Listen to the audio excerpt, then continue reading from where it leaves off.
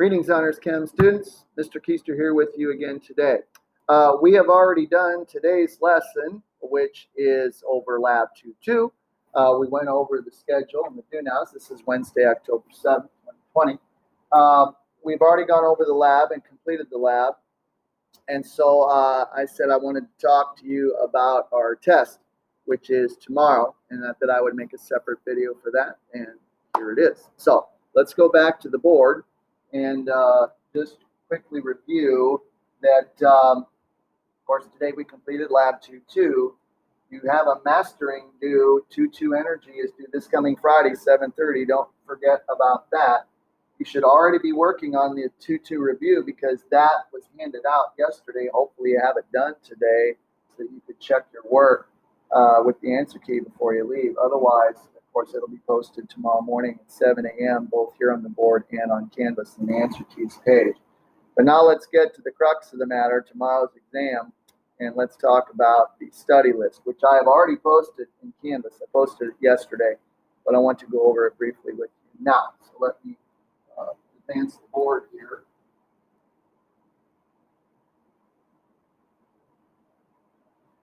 So here is the study list of what you need to know.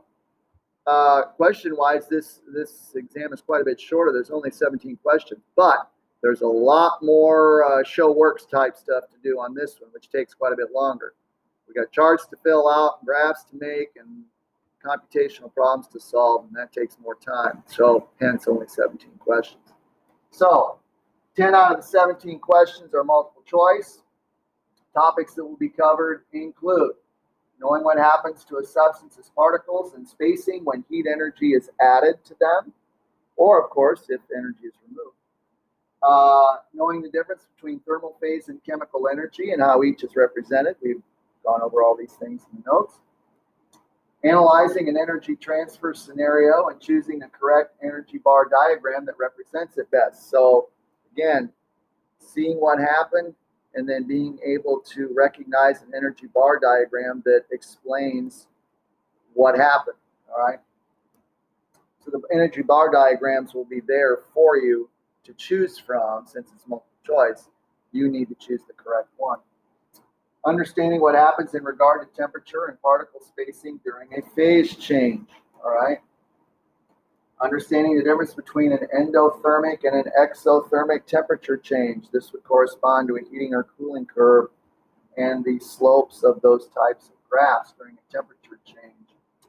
Understanding what specific heat capacity is and what its value means. Okay, so we said that things that have higher specific heat capacity, such as water, take much longer to heat up or cool down as compared to those that have a much smaller value, such as metals, which heat up and cool down very quickly. In other words, they don't hold heat very well. Make sure you look that over. Recognizing the 6 phase changes, and which of those are exo and endothermic. So on each heating and cooling curve, there are 2 phase changes, right? In the heating curve, there you go from liquid to solid, or solid to liquid, and liquid to gas. And on a cooling curve, you go from gas to liquid and liquid to solid. That's only 4 phase changes. Remember, we also talked about 2 others in the notes, those being sublimation and deposition. Make sure you know what those are as well. Okay, then 7 out of the 17 questions are energy problems and will involve you showing significant work. Emphasis on significant. All right. First, being able to fill out and answer questions regarding an energy bar or an LOL chart. And make sure you know how the bars are set up, and make sure that you follow all directions in completing that chart. Read them carefully. All right. Don't throw away points for no reason. Drives me crazy when you do that. Should drive you crazy too. Second, being able to sketch and comprehend all aspects of a heating or cooling curve and identify what is happening at each section of the curve. All right, we've gone over that many times. And again, make sure you draw and label it correctly and completely. All right. Third, solving computational problems involving heating or cooling of a solid, liquid, or gas, including phase changes.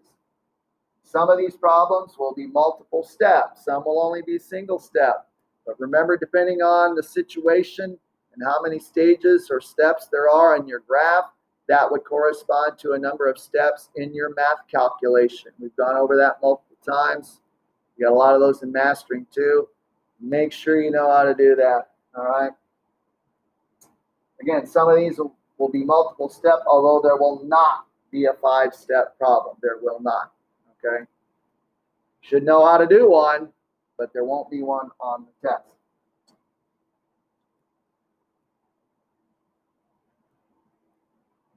Be sure you prepare and pay attention to details. Graph completely, including labeling. Show all equations and work on all calculations. Round correctly. All of those things are important. All of those things have points attached to them. All right? Study your notes, your exam 2-2 review, your assignments and labs, especially the energy bar charts assignment, the energy calculation assignment, and the energy calculations number 2 multiple step assignment.